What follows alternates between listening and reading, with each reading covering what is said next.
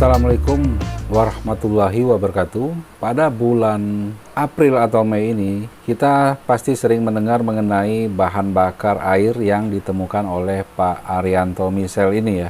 Jadi bahan bakar air yang dielektrolisis menjadi hidrogen oksigen, atau saya sederhanakan saja bahasanya hidrogen. Jadi permasalahan ini disangkal oleh Bapak Fajrul FX ya. Tetapi biasalah namanya yang seperti ini pasti ada pro dan kontra ya. Saya mau meluruskan dulu mengenai HO atau hidrogen. Tahun 2016 saya sudah membuat videonya di YouTube. Tetapi hidrogen ini saya gunakan untuk melebur langsung. Jadi gas hidrogennya saya untuk melakukan peleburan. Yang ingin saya capai yaitu berapa watt terendah sehingga saya bisa melebur tembaga ataupun besi ataupun stainless ya. Jadi kembali lagi ke permasalahan bahan bakar air buatan Pak Arianto Misel ini, sama saja seperti dengan yang saya utarakan tadi, yaitu sesuatu yang sudah banyak ya. Tetapi yang disangkal orang itu bukan permasalahan apakah hidrogen itu bisa untuk menghidupkan motor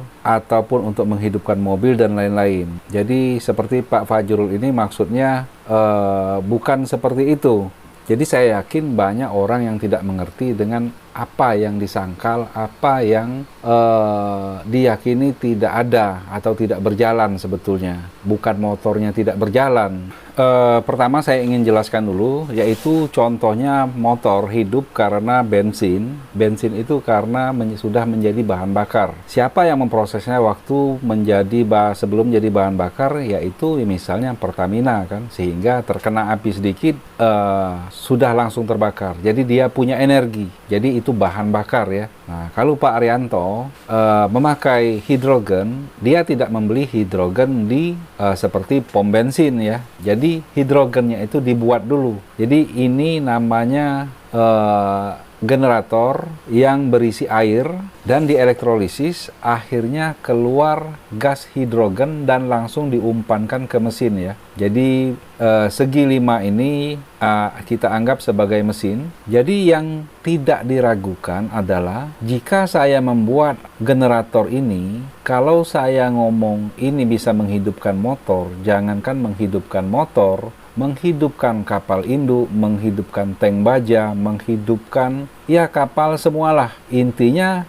dari generator akan menghasilkan gas, tentunya bisa diaplikasikan kemana-mana. Nah, jadi bukan bagian ini yang disangkal, bukan bagian HHO bisa menghidupkan motor. Jadi paham sekarang kan? Jadi kalau saya yakin dengan Pak Arianto Misel bahwa dari HHO ini untuk menghidupkan motor ini bisa. Apalagi klaim Pak Arianto, Pak Misel itu mengklaim 500 km kurang lebih Cirebon Semarang kalau tidak salah cukup dengan 1 liter ya. Kalau saya Cirebon Semarang itu 500 km 1 liter air, saya saja mau belinya kalau dia bisa 50 km 1 liter, jangankan 550 km saja tanpa menggunakan yang lain, tinggal menambah air. Seperti dia bilang 2 juta, 3 juta harganya, 10 juta pun banyak sekali saya yakin orang yang mau. Tapi permasalahannya apa? Permasalahannya yaitu ini. Jadi begini, generator ini dihidupkan oleh aki untuk mengelektrolisis air di dalam generator. Sehingga sewaktu aki nyambung ke generator, dia akan menghasilkan gas hidrogen yang bisa dilempar kemana-mana. Seperti pada video saya sebelumnya, saya buat melebur, menghidupkan api secara langsung dan saya buat melebur suatu logam. Sama seperti Pak Misel menghidupkan motor. Jadi mesin motor hidup seperti biasa. Pada mesin motor ada generator. Generator ini akan mengisi lagi panah merah ini.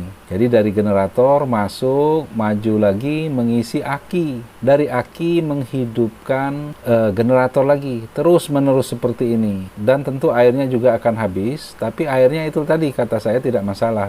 Jangankan 500 km kemampuannya per liter, 50 km pun saya mau sekali beli sistemnya. Jika kata Pak Arianto dia jual 2 juta, 3 juta, saya beli 10 juta pun mau. Karena pasti spektakuler untungnya kan, keuntungannya itu luar biasa pasti. Karena bisa diaplikasikan jangankan ke motor, bisa dari gas ini saya menghidupkan generator di rumah, menghidupkan apa saja yang saya mau. Jadi intinya kan dia mengeluarkan gas, kita bisa aplikasikan kemana-mana. Nah, jadi proses yang seperti inilah yang disangkal oleh orang sekarang. Ini yang kontra ya. Karena tidak akan pernah ada di dunia ini yang sistemnya seperti ini. Kalau tadi bensin yang menciptakan itu Pertamina dan kita membelinya, jadi kita beli usahanya si Pertamina membeli bensin. Dengan uang kan, misalnya 7.000 perak, ini tanpa uang lagi bisa dikatakan seperti itu. Jadi modal air, lalu muter-muter di sinilah. Air tinggal tambah lagi, muter-muter seperti inilah. Jadi biayanya luar biasa murah. Jadi permasalahan ini